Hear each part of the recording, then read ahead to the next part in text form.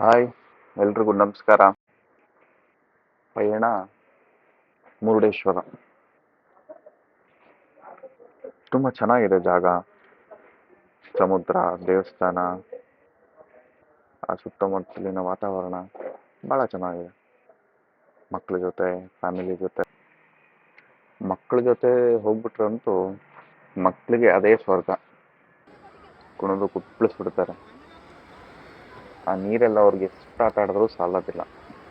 ನನ್ನ ಮಗಳಂತೂ ನೀರಿಂದ ಆಚೆ ಬರೋದಕ್ಕೆ ರೆಡಿ ಇಲ್ಲ. ಇಲ್ಲ, ಇನ್ನೂ ಆಟ ಆಡ್ತೀನಿ. ಸುಮಾರು ಮಧ್ಯಾಹ್ನ 1 ಗಂಟೆಯಿಂದ 5:30, 6 ಗಂಟೆವರೆಗೂ ಆಟ ಆಡಿದ್ದಾಳೆ. ಆದರೂ ಅವಳಿಗೆ ಸಾಲ್ತಾ ಇಲ್ಲ. ನೀರಲ್ಲೇ ಇರ್ತೀನಿ, ಇಲ್ಲೇ ಆಟ ಆಡ್ತೀನಿ ಅಂತ. ಮರಳಿನ ಆಟ ನೋಡಿ, ಮರಳಲ್ಲೆಲ್ಲ ಹಿಂಗೆ ಕುಣಿತಾ ಇದ್ದಾಳೆ. ಮರಳು ಅಂದರೆ ಅವಳಿಗೆ ಆಸೆ ಆಗ್ಬಿಟ್ಟಿದೆ.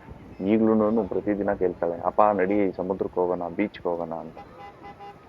ಅಷ್ಟು ಮಕ್ಕಳಿಗೆ ಆಸೆ ಆಗ್ಬಿಡುತ್ತೆ ಈ ಥರ ಬೀಚ್ಗಳು. ನಾನು ಮಲ್ಪೆ ಬೀಚು, ಸುತ್ತಮುತ್ತ ಪಣಂಬೂರು ಬೀಚ್ ಎಲ್ಲ ಓಡಾಡಿದ್ದೀನಿ. ಅಷ್ಟು ನನಗೆ ಖುಷಿ ಕೊಡಲಿಲ್ಲ. ಈ ನಮ್ಮ ಮುರುಡೇಶ್ವರ ದೇವಸ್ಥಾನದಲ್ಲಿರೋ ವಾತಾವರಣದಷ್ಟು ಖುಷಿ ಆ ಕಡೆ ಎಲ್ಲೂ ಇಲ್ಲ. ಇಲ್ಲೇನೋ ಒಂಥರ ಪಾಸಿಟಿವ್ ವೈಬ್ಸ್ ಅಂತಾರಲ್ಲ, ಆ ಥರ ಮನಸ್ಸು ತುಂಬ ಪ್ರಶಾಂತವಾಗಿರುತ್ತೆ. ನಮ್ಮ ಜೀವನದ ಜಂಜಾಟಗಳನ್ನೆಲ್ಲ ಮರೆತು ಒಂದು ದಿನ ಆರಾಮಾಗಿ ಕಳ್ಕೊಂಡು ಬರ್ಬೋದು. ನಮ್ಮದು ಕೆಲಸ ಹೋಗು, ಮನೆಗೆ ಬಾ, ದಿನ ಕಳಿ, ತಿರ್ಗಾ ಬೆಳಗ್ಗೆ ಆಗುತ್ತೆ, ತಿರ್ಗಾ ಅದೇ ರೊಟೀನ್ ಸ್ಟಾರ್ಟ್ ಆಗುತ್ತೆ. ಇದೇ ಜೀವನದಲ್ಲಿ ಸಿಕ್ಕಾಕೊಂಡು ನಮಗೂ ಸಾಕಾಗ್ಬಿಟ್ಟಿತ್ತು.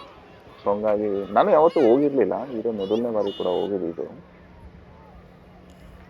ಎಷ್ಟೋ ವರ್ಷಗಳಿಂದ ಹೋಗ್ಬೇಕು, ಸಮಯ ಆಗೇ ಇರಲಿಲ್ಲ ಅಂದ್ಕೊಳ್ಳಿ.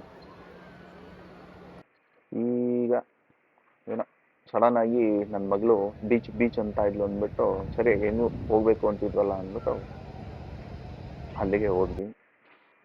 ಬಟ್ ತುಂಬ ಚೆನ್ನಾಗಿತ್ತು. ಹೆಂಗೆ ಕಳೀತು ನಮಗೆ ದಿನ ಅನ್ನೋದೇ ಗೊತ್ತಾಗಲಿಲ್ಲ. ಅಂದರೆ ನಾವು ಹೋಗೋ ಅಷ್ಟರಲ್ಲಿ ತುಂಬ ಸಮಯ ಆಗ್ಬಿಟ್ಟಿತ್ತು. 1 ಗಂಟೆ 12 ಗಂಟೆಗೆ ನಾವು ಅಲ್ಲಿಗೆ ಹೋಗಿದ್ದು. ಬಟ್ ನೀವು ಯಾರಾದರೂ ಹೋಗ್ಬೇಕು ಅಂತಂದರೆ ಪ್ಲ್ಯಾನ್ ಮಾಡ್ಕೊಂಡು ಬೇಗ ಹೋಗ್ಬೇಕು. ಅದೇ ಮಾಮೂಲಿ ನಮ್ಮ ಸಿಟಿಗಳಿಂದ ರಾತ್ರಿ ಬಸ್ ಹತ್ತಿದ್ರೆ ಅಥವಾ ಟ್ರೈನ್ ಹತ್ತಿದ್ರೆ ಅಥವಾ ಕಾರಲ್ಲಿ ನಮ್ಮ ಓನ್ ವೆಹಿಕಲ್ಸಲ್ಲಿ ಹೊರಟು ಆ ಸಮಯಕ್ಕೆ ಅಲ್ಲಿ ರೀಚ್ ಆಗೋ ಥರ ಮಾಡ್ಕೊಂಡ್ರೆ ಬೆಳಗ್ಗೆ ಒಂದು 6-8 ಗಂಟೆ ಅಷ್ಟರಲ್ಲಿ ರೀಚ್ ಆದರೆ ಸಾಕು. ತಿಂಡಿ ಗಿಂಡಿ ಮಾಡಿ ಸ್ವಲ್ಪ ಬಿಸಿಲು ಬರೋವರೆಗೂ ಟೈಮ್ ಪಾಸ್ ಮಾಡಿ ದೇವಸ್ಥಾನ ನೋಡಿಕೊಂಡು ಆಮೇಲೆ ಬೀಚ್ ಕಡೆ ಹೋದರೆ ಮಧ್ಯಾಹ್ನ 1-2 ಗಂಟೆವರೆಗೂ ಆರಾಮಾಗಿ ಆಟ ಆಡಿಕೊಂಡು ತಿರ್ಗಾ ಬಂದು ಊಟ ಮಾಡಿ, ಸಮಯ ಇದ್ದರೆ ಇನ್ನೊಂದು ರೌಂಡ್ ದೇವಸ್ಥಾನ ನೋಡಿಕೊಂಡು, ಅಲ್ಲಿ ಸುತ್ತಮುತ್ತ ಎಲ್ಲ ಜಾಗ ಚೆನ್ನಾಗಿದೆ. ಅಲ್ಲಿಂದ ಒಂದು 20-25 ಕಿಲೋಮೀಟ್ರ್ ದೂರದಲ್ಲಿ. ಮತ್ತು 2-3 ದಿನದ ಪ್ಲ್ಯಾನ್ ಇದ್ದರೆ ಆ ಕಡೆಗೆಲ್ಲ ಹೋಗ್ಬೋದು. ಗೋಕರ್ಣ ಹೋಗ್ಬೋದು.